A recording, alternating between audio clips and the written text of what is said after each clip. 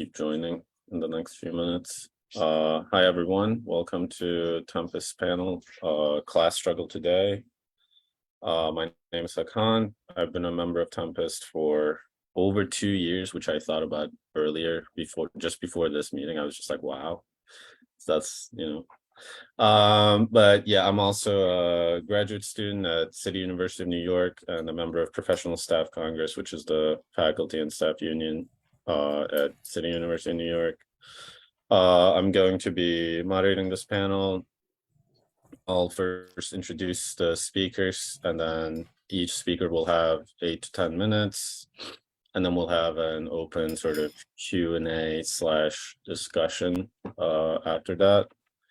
Okay, so for introductions, we have Sheila Kulkarni, who's a graduate student at the University of California, Santa Barbara, and a member of the United Auto Workers Local 2865. And she had just been on strike with her union. Well, or maybe, more complicated than that, I guess. And she will be our first speaker. Beth Ryther is a grocery store worker, and she's an employee organizer with Trader Joe's United, which is an independent union formed for and by Trader Joe's employees. She will be our second speaker. Matt Weaver, who's a carpenter at BMWED IBT, and that IBT part is the only part of that I know, International Brotherhood of Teamsters, Ohio Legislative Director, and part of Railroad Workers United Steering Committee. And Elizabeth Lalasz, who's a registered nurse, union steward with National Nurses United, and a member of the Tempest Collective. So if Sheila is ready, we'll start with Sheila. You'll have as I said, maybe I'll send you a message at 8 minutes, and then you can sort of wrap up after that. All right. Okay. Sounds great. Thank you so much for having me. Like Hakan said, my name is Sheila. I'm a graduate worker in the Department of Chemistry at the University of California, Santa Barbara.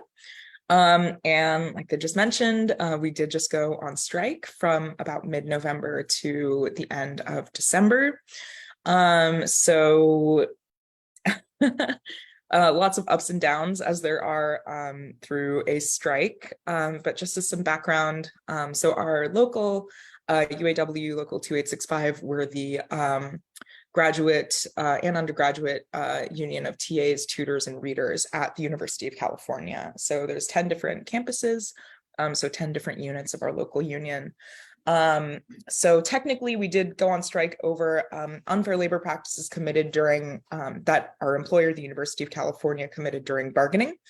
But that in a sense is, I don't want to say a sort of cover. Obviously, it's a legitimate reason to go on strike. But this ULP strikes are a tool commonly used by like public sector unions to go on strike, not necessarily over the contract or not necessarily going through an economic strike. So actually, all strikes carried out by University of California employees over the last decade and a half or so have been ULP strikes. So these are like a tool used to strike out of contract or during the life of the contract, but also out of contract as we were. A major demand in our contract campaign was over a cost of living adjustment, or COLA. Folks, we remember that graduate workers at the University of California went on strike actually 3 years ago. It was a wildcat strike demanding a cost of living adjustment. And this was the wildcat strike that began at UC Santa Cruz and was sort of at its apex there. But over the course of, the quarter of 2019 to 2020, the strike did spread to different campuses, one of them probably being UC Santa Barbara. However, a variety of factors, including our business unionist leadership in UAW Local 2865, as well as the COVID-19 pandemic. I remember being on the picket line and being like, wow, this COVID-19 thing is really seeming to become a problem. And the next week sort of was everything shutting down. So I truly don't believe that, and COLA being a major demand in our recent strike, that was a ULP strike, it's sort of impossible to disentangle one strike from the other, right? I don't think that our strike that we went on just now would have been as long, as militant, or even, it might not have even happened unless we had gone on strike as a wildcat strike 3 years ago. So cost of living adjustments are, I feel I would be remiss if I didn't mention how COLA is not a sort of new, academic worker exceptionalist sort of demand. COLA, or cost of living adjustment, as a sort of concept, goes way back, and especially has a long history in the United Auto Workers, the union that we are a part of. That like our union family, like in auto manufacturing, agricultural implements within the UAW, are still fighting for cost of living adjustments, that these were actually quite common in contracts in the auto manufacturing sector, but have been essentially bargained away by concessionary business unionist oriented leadership. And that's part of a struggle that we as higher ed workers are in solidarity with auto workers, manufacturing workers, ag imp, the sort of spectrum of workers under the UAW.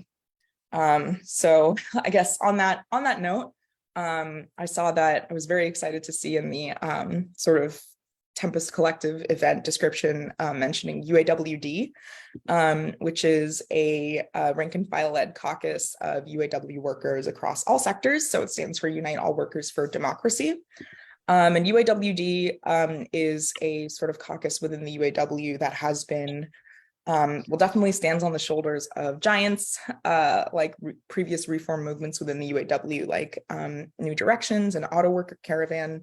And now we are sort of like on the verge of, I'm like, I don't want to curse it by saying like we are looking at victory, where this like militant reformer slate of like workers from like all across sectors are being swept into the highest leadership positions in our union due to one member, one vote, or direct elections in the UAW.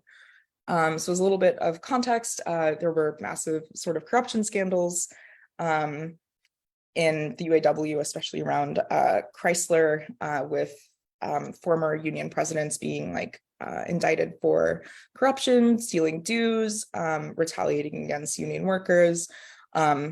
It's like too much to describe. And also my apologies if like this is something that you all are very familiar with already.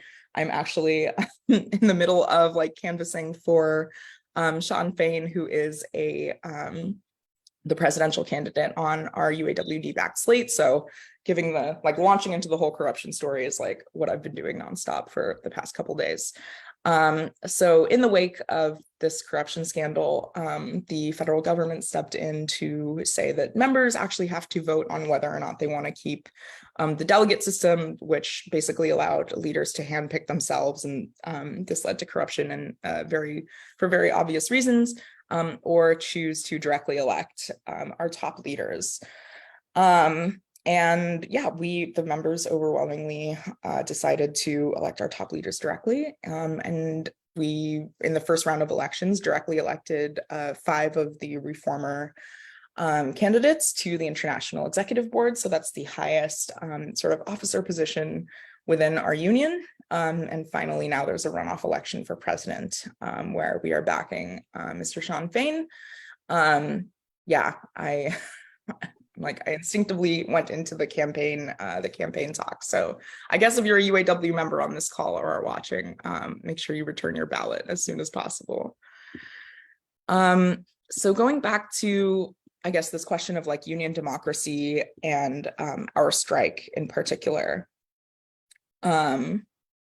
So union, like sort of in the past, my union leadership, so University of California, like fellow academic workers, I was an officer at one point, and sort of my term ran out. I got elected as delegate, so I've kind of been in the like leadership orbit Our leadership has always sort of said that corruption stuff, like that's all just stuff that's happening in Detroit.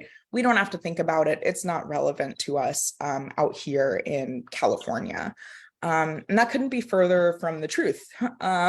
Like in a literal sense, the only sort of regional director to be convicted of corruption was the regional director overseeing our region of the UAW. So that's a direct through line to our dues money sort of being misused or stolen by this like corrupt business unionist leadership, but also a question of incentives. We have a pretty top-down leadership in our local union. This sort of led to really early concessions during our strike that didn't really need to happen whatsoever. Like our fourth day of the strike, our bargaining team conceded on the major demand of our strike, which was a cost of living adjustment. So they proposed a wages article that basically eliminated cost of living adjustments. And this led to a massive backlash from rank and file that I honestly think, I mean, you know, we can sort of theorize all we want about how the strike could have gone and should have gone and how I wish it would have gone. But I, you know, truly believe that this massive rank and file backlash towards dropping the COLA demand led to our strike being longer, more militant, because our leadership truly didn't know how to respond to, you know, real workers saying, we want this demand, like we went on strike for this demand. Why did you take us out on strike if you were going to drop this midway in? And so there's this direct through line between the corruption that's happening at the sort of top levels of our local and the incentives that bring our sort of local business union leadership to do things like drop these radical demands because of these like incentives of patronage, because our leaders want to stay in this like bureaucratic layer where they're sort of overseeing workers rather than allowing workers to make decisions about our self-determination and like the direction that we want our union to go in, the direction that we want our strike to go in. Yeah, ooh, 8 minutes. Let's see, what were the other questions that I kind of wanted to answer? So union democracy is like inextricably tied to creating strong worker-led strikes. And that's part of why I think the wildcat strikes for COLA were so successful, so militant and spread so rapidly, is that union democracy, or like, I wouldn't even say union democracy because we weren't, you know, it wasn't a union sanctioned action, but worker and workplace democracy led that to be a massive mobilizing, really invigorating step towards like worker self-determination. Whereas the strike that we just went on, you know, everyone is depressed, deflated, unhappy. We barely got a raise. But yeah, lots to say over the leadership versus the membership's line on the strike. And so I guess to answer the question of was it a victory? I think any sort of going on strike is a victory. It's sort of striking a blow against our bosses, and throwing a wrench in the gears of the normal operations of the university. But I think if you ask like most workers or a broad swath of workers, that this was disappointing in a lot of ways. And while there's some sort of hope about, well, maybe things will be better for the next strike, or maybe, you know, the university has gotten a little bit of a scare in them about what worker action looks like. I think the consensus is mostly, or at least in my sort of, you know, dissident, bad faith actors, like whatever sort of mudslinging our leadership throws at us, you know, it's time to get these, you know, corrupt bureaucrats out of our hair for good. And that's the only way that we're going to be able to meaningfully fight the boss and make it happen. That's all I have prepared. Thank you so much for having me. Thank you, Sheila. We're going to go to Sarah Beth, if you're available or ready. Yeah. Thank you so much. And thank you for that. Oh, that was super, super informative. I just wanted to say in the beginning, about a year ago, I didn't, at this time, I didn't even understand what a union was. And over the past year at Trader Joe's, we have learned an enormous amount about what unions are and how folks work together to make things happen on a small and a large scale. And Sheila, your insight into the nitty-gritty of what that looks like on a much larger scale than we're working with is just incredibly helpful. And I also wanted to say that there are several folks here on this call who have been instrumental in guiding and supporting us at Trader Joe's as we kind of move through this murky, what's a union? Where do we belong in this place? And so I really just wanted to send our thanks to those folks and moving forward. And I think that in terms of Trader Joe's, we really are worker-led almost entirely. And that has been something that at the Minneapolis store where I work, it ended up being really organic in terms of there were some very serious, scary problems that we needed to address and realized that we needed to come together. And I think that is at the heart of our organizing. And I sincerely hope that it will continue being at the heart of our organizing. And it feels to me that worker-led organizing makes unions feel accessible. It makes unions not feel like a third party, not feel like something scary that is coming in to corrupt you or to confuse you. And I think that has been for many workers and so many conversations over this past year, we've just been asking, what are your fears? What are you scared about in terms of joining a union? And a lot of it ends up being, that folks we don't know are coming to take our money, and folks we don't know are already taking our money in terms of dues and in terms of creating policies that are damaging to the worker. So what really is the point of the union? And I think that ultimately workers want to feel heard and supported on a daily basis, from the very, very tiny concerns to the much larger concerns. What your working environment looks like, how much you make is obviously at the top of folks' list when you're in an industry like the grocery store industry, or as a graduate student where you're making barely enough to survive.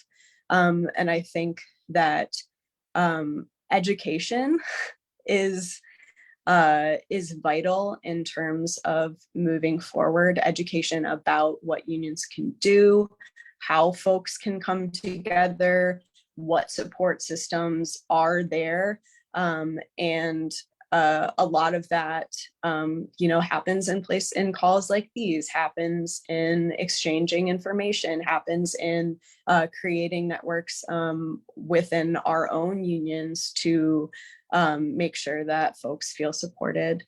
I want to go back a little bit to organizing this past year and to the hot union summer, because I think it's important to look at that momentum and that flash that still feels very exciting and still feels very real. But if you look,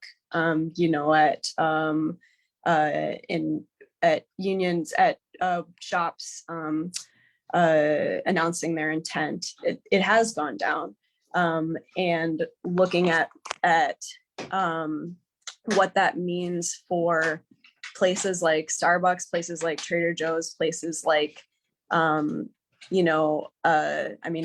is the largest we could think of, but what does that look like in keeping the momentum of organizing going? How can we do that? How can we, we're looking very seriously right now at Trader Joe's and how are we going to win our contract? How is that going to happen? We're at the bargaining table. It is moving so slowly. And part of the reason it's moving slowly is because we are refusing to bargain local contracts, because we understand that if we bargain together, it is much, much stronger. We will be much stronger. And so I guess I'm interested in other folks' thoughts about where we, how we keep that momentum going, how when we reach these huge roadblocks, when we have these enormous superstructures who are blocking us every turn, how do we keep enthusiasm?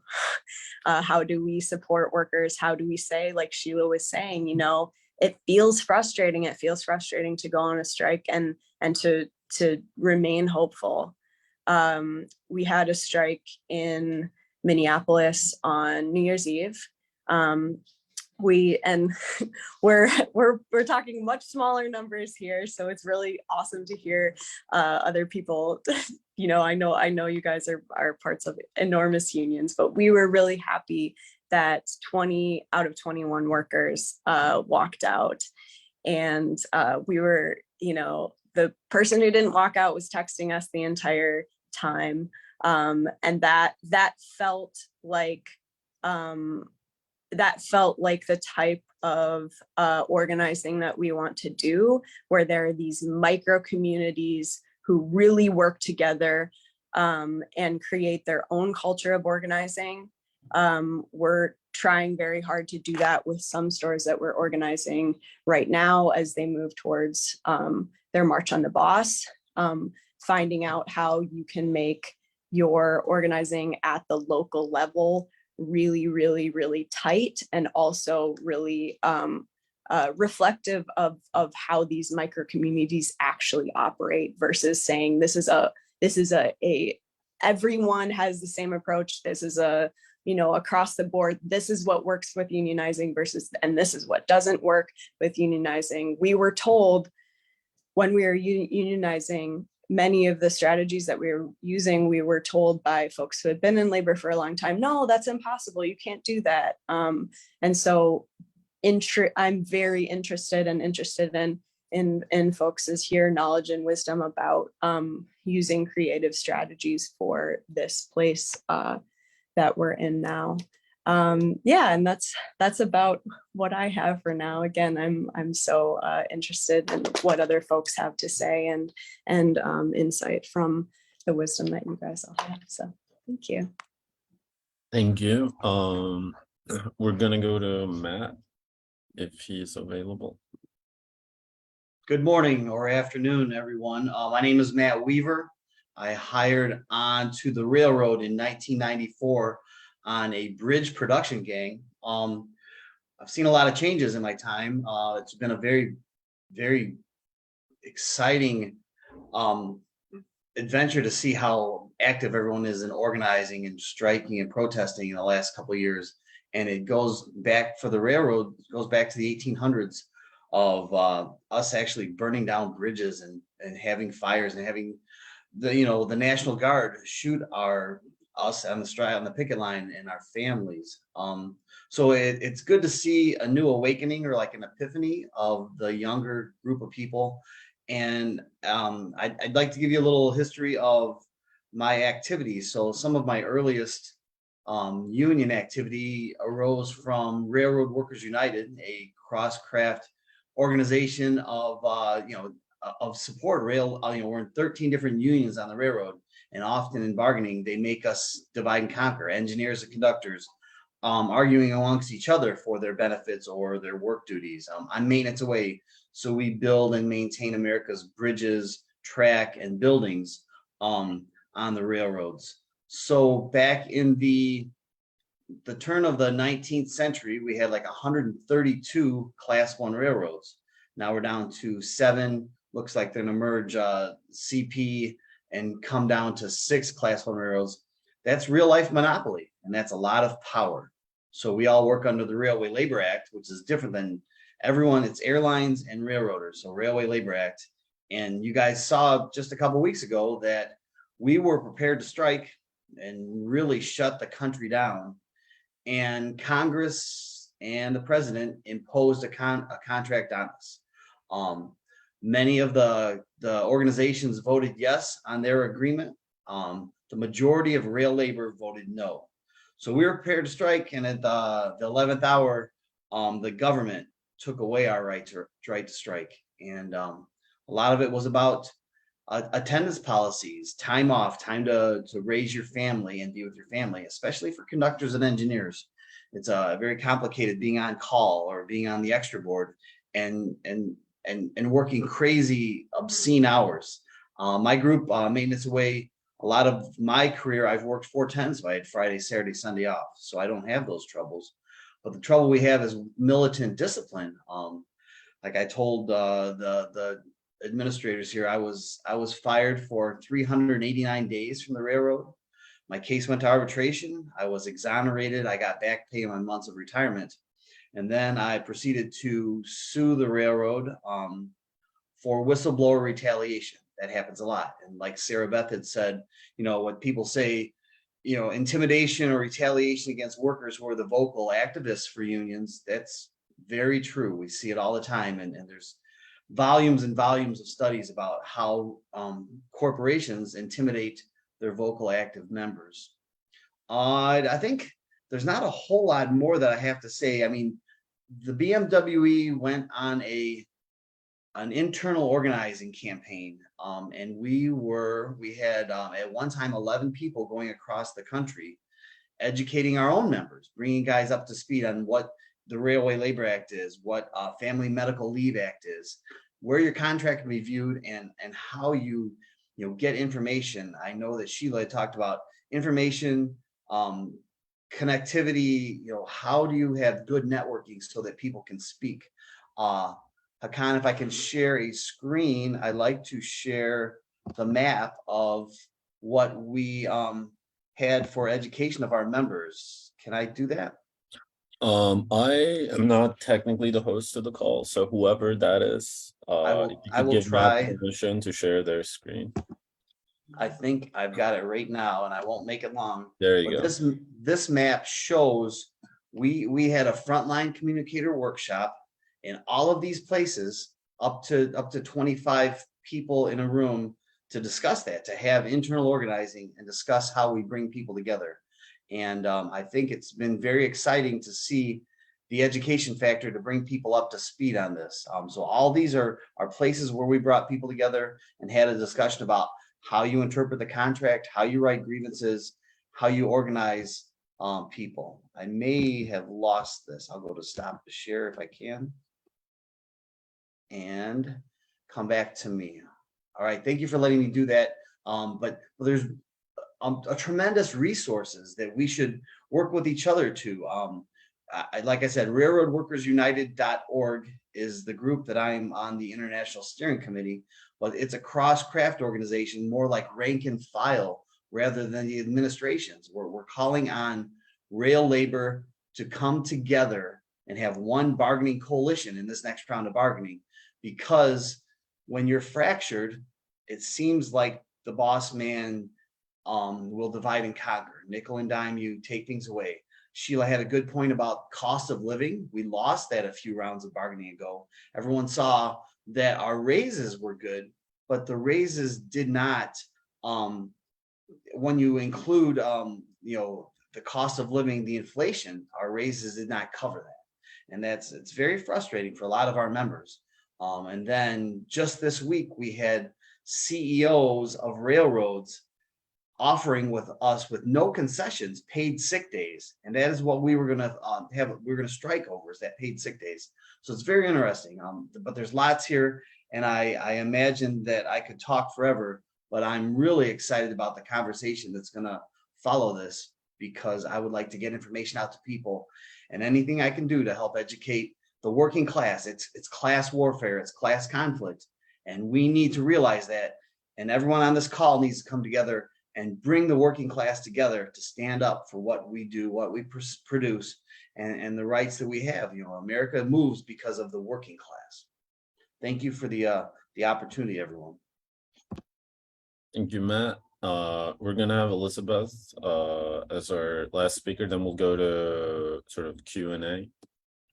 Yeah, thank you very much to all of the previous speakers. I mean, for participating in this panel, giving your insight into your own experiences and opinions on what I think have been significant struggles, from the organizing of new places to the question about union democracy, what it means to build independent unions, and labor's relationship to the Democratic Party, as Matt just ended with. And I hope this discussion can really be a place to begin to get a clearer sort of analysis of all of these things and how they connect, and to strategize about how we can rebuild a fighting labor movement, which I think has started to really begin over the last couple of years, that prioritizes us, meaning rank and file members above all else.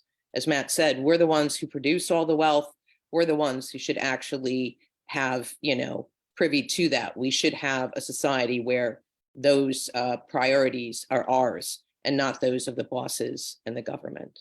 So over the last several years, I mean, I'm a nurse, so I think what I wanted to talk about was a little bit of what I've experienced through the pandemic, because it's really radicalized, I believe, people in my profession, but I think it's been sort of a moment, as people were talking about, in which people have begun to shift, and there's been a lot more activity. I don't want to overplay that, but within the labor movement and amongst working people who are unorganized, and just to kind of talk about that, and then talk about some of the things that are the challenges that we see, right? Since 2020, workers, especially younger workers, have begun to struggle more in their workplaces, I think pointing to a desire for something different.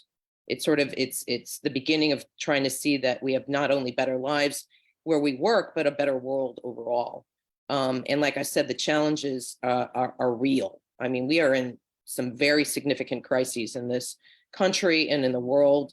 A recession, which is either here or coming. I'm not entirely sure. The media says both, but it's certainly being felt. Increasing layoffs, inflation, and the shortage of workers raise the question about whether this uptick in struggle is going to continue. And so the stories of new workers, groups of workers organizing, authorizing strikes, or actually hitting the picket lines have become far more commonplace in the last couple of years. The last year, workers at some of the nation's highest profile companies, Starbucks, Amazon, Trader Joe's, Apple, Microsoft, HarperCollins, and Chipotle, just to say a few, have organized. In 2022, there was a over 50% increase in the number of union petitions filed over 2021, according to the National Labor Relations Board. And union support is at an all-time high. 71% of Americans now approve of labor unions, the highest that Gallup poll has recorded since 1965, which really helps to arm us with the power of public support in what we're doing. And why is this happening? I've talked about this on other panels throughout the last couple of years. We've heard a lot about the Great Resignation or quiet quitting, but over the last couple of years, workers across industries have been asking themselves, do I want to leave this job or stay organized and fight back to change things? I know this firsthand as in my own hospital, where myself and my coworkers went on strike in June of 2021 for the first time in 40 years. Nurses in my health system felt like we had no other choice but to strike to get what we wanted. In a recent article titled "Labor Organizing in Chicago Moves into New Territory," and it actually ran in Cranes, which is the business press.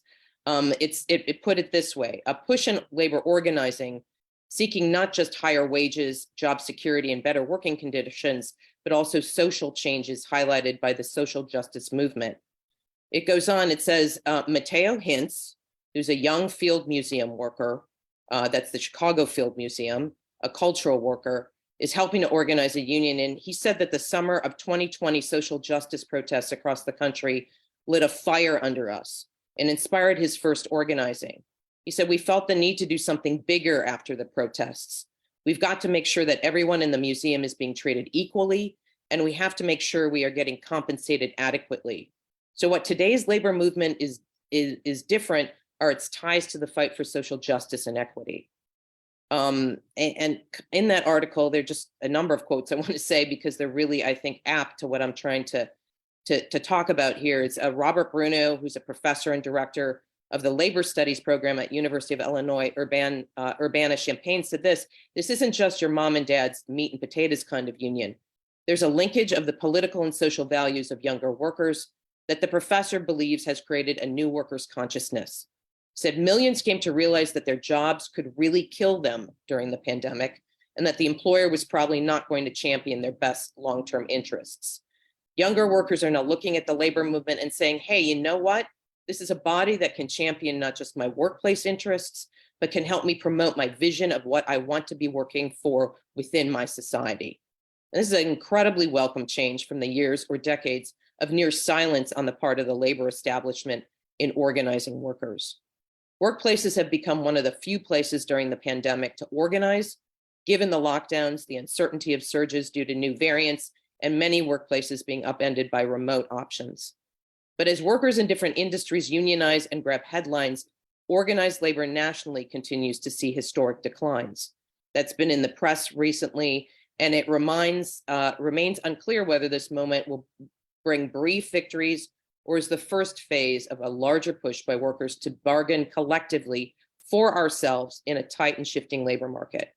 And so just to talk about the economic downturn or recession, it could mean that workers become more fearful. I mean, we've all heard the expression, you should be lucky you have a job. But it also seems what the last few years have unearthed in workers may not go away easily, even with a recession and layoffs. I also, read a recent Time article. The title of it was, again, like the mainstream press is kind of stunning in this, but it's reporting on these things in an ongoing way. The title is "The Standoff Between Workers and Their Bosses is Set to Heat Up in 2023. And in it, it said the strong labor market that emboldened workers is softening. So unemployment in February is now at 3.4%. But that doesn't mean workers are losing the upper hand. If anything, the current economic conditions mean labor strife may accelerate this year. And though companies are laying off workers, and we've heard about this, especially like in the tech sector, but it's starting to, accelerate, the job market is still extremely strong, which may give workers more confidence. In fact, as of December, these are the most recent statistics that I found from the U.S. Bureau of Labor Statistics. There are still 11 million jobs open, which is close to twice that of the years 2000 to 2020. And around 58% of Americans say they think that they'll be able to find a new job if they lose their current one, the highest rate since February of 2020. And in the article, just to use another quote from a man named Thomas Cochrane, a professor of employment research at MIT Sloan School for Management, he said, I expect we'll see more conflict, more strikes, and more contract rejections. Workers are still focused on companies' profits during the boom years, while companies are starting to trim costs to prepare for an economic downturn. It's that difference in expectations that creates a high probability of conflicts and strikes. And then we also know that inflation is fueling people's anger and expectations as the Federal Reserve continues to push for interest increases to try to what they call cool the economy. And so this is a manufactured, in many ways, recession that workers are the ones who are suffering from the most, with increased prices on basic goods, from gasoline to rent to food. So what's different now than in past downturns is the changing demographics that are leaving employers short-staffed. I feel this really acutely in my sector, in healthcare and in the hospitals. Baby boomers who have stayed in the workplace until the pandemic have just left en masse in recent years, while the immigration rate slowed in 2020 and it hasn't recovered.